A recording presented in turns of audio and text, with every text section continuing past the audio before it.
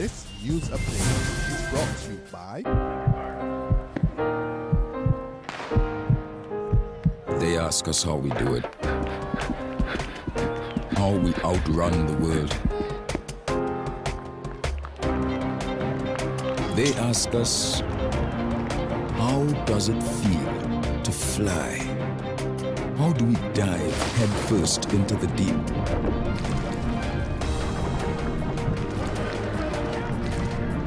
And emerge victorious.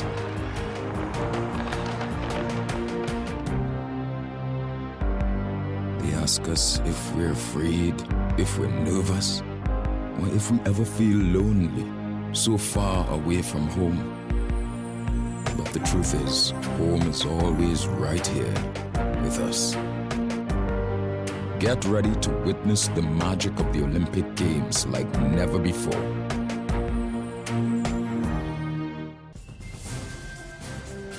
It's Tuesday, August the 30th, 2016, and this is your Barbados Today morning news update. I'm Emmanuel Joseph. Thanks for joining us. Topping the news at this hour. In a case that brings back memories of the Shanique Myrie incident nearly 5.5 years ago, a Jamaican woman is planning to sue the Barbados government over the treatment she received when she visited the island on Saturday. 24-year-old Sonia King claims she and her 14-month-old baby were treated inhumanely by the immigration department when they attempted to enter the country for a holiday.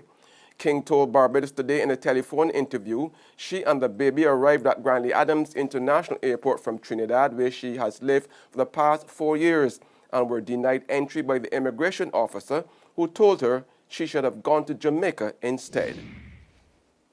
It is national prostitution that was the angry reaction of outspoken cleric Reverend Charles Morris as he rubbished as asinine a recommendation by government senator, church leader, and chairman of the National Assistance Board, Dr. David Durant, to replenish the population in Barbados. With the population falling steadily, Durant suggested that the authorities should consider paying married couples to have more children.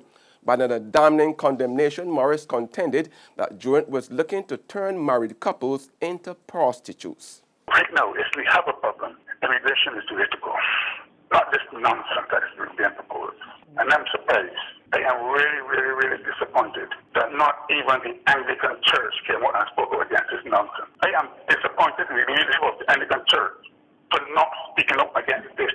It is wrong to make Barbadian families prostitutes now.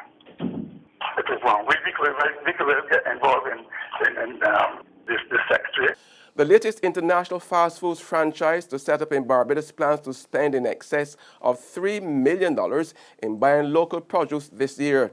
A top official of Burger King, which opened a 5th restaurant yesterday morning at Warrens in St. Michael, said $900,000 of that will be spent on locally produced chicken alone.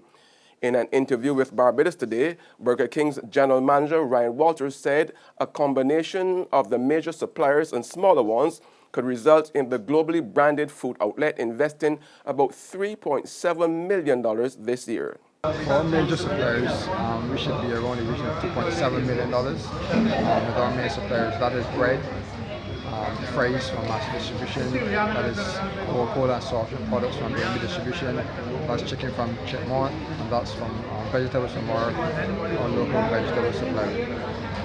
And going forward, obviously, when you expand, that will go up. Right, exactly. So that actually excludes the new store. So we expect maybe another 75,000 or so over the balance of the year for the new store. And then as we add on, it will keep continuing to grow and grow. And this figure does not include the small suppliers? No, this doesn't include small suppliers. Only master distribution, Purity Bakeries, B&B distribution, Chipmunk Foods, and Pelican market supplies.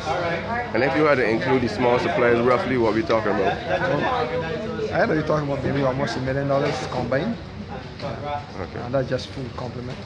Meanwhile, a director of the Barbados Egg and Poultry Producers Association is crying foul over what he sees as people with deep pockets importing chicken and not paying the required duties on them. Anthony Spencer, who is also a poultry processor, is therefore appealing to the Freundel Stewart administration to come to the small farmers' rescue to avoid them having to go out of business. If you're disadvantaged by people burning chickens and not paying the duties as required under law, then we are fighting a losing battle. And it seems that it's getting worse and worse because I believe that others are hearing that chickens are coming in, they're not paying duty and they're trying to jump on the bandwagon. Some are doing it successfully and some are now bold enough now to challenge the industry, challenge the law or challenge fair trading and saying that they should import these products to, I guess, without paying the duties. In sports now, Spain's Rafael Nadal and Germany's Angelique Kerber were among the leading names to make early progress on day one of the U.S. Open in New York. Kerber, seeded second in the women's draw, led Polona Hercog 6-0-1-0 when the Slovenian succumbed to leg cramps. Nadal, the men's fourth seed and a two-time former champion, swept past Uzbekistan's Denis Istomin 6-1, 6-4, 6-2. There's regional and international news after this short break. Read all about it, read all about it. Get your paper. Only $2.25, let's get your paper. You again with that stale news from yesterday. I got the Barbados today on my phone and I just get my news for free. What do she? Barbados Today. News you can trust. Welcome back with news from the region now. A grisly sight for an anonymous person who called the Trinidad police Monday morning, alerting them that a body was seen floating just off the Gulf of Paria behind the movie town at Invaders Bay.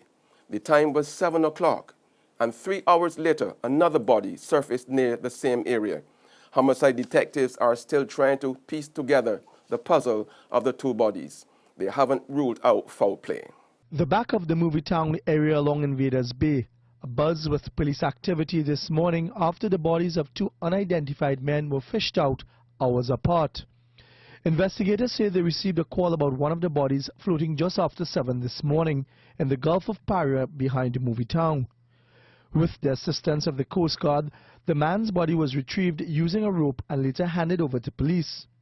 Almost 3 hours later, the undertaker's van moved to a swampy area behind BHP building where a second body was found floating amongst the mangrove, not more than a few hundred feet along the coastline from the first body, as police used a cadaver dog in their search.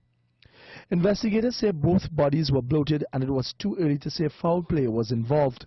Sources close to the investigation told TV6 News that based on information they received, the bodies might be that of two missing fishermen of African descent from the Siparia area. In more regional news, Guyana's public security minister has reacted to a recently released U.S. aid report which said the police force is the least trusted institution in Guyana. While not refuting the statement, the minister seized the opportunity to tell the police to straighten up and get the job done better.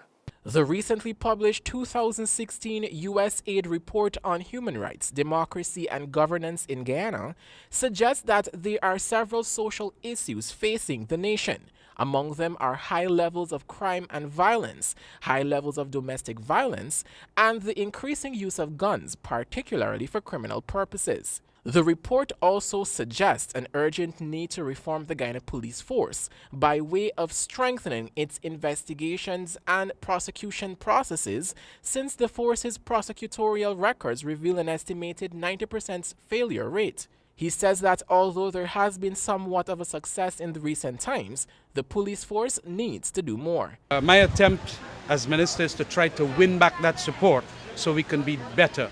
I respect the State Department's report and will be urging my police force and other enforcement arms to do better in relation to the perception that they are so badly trusted.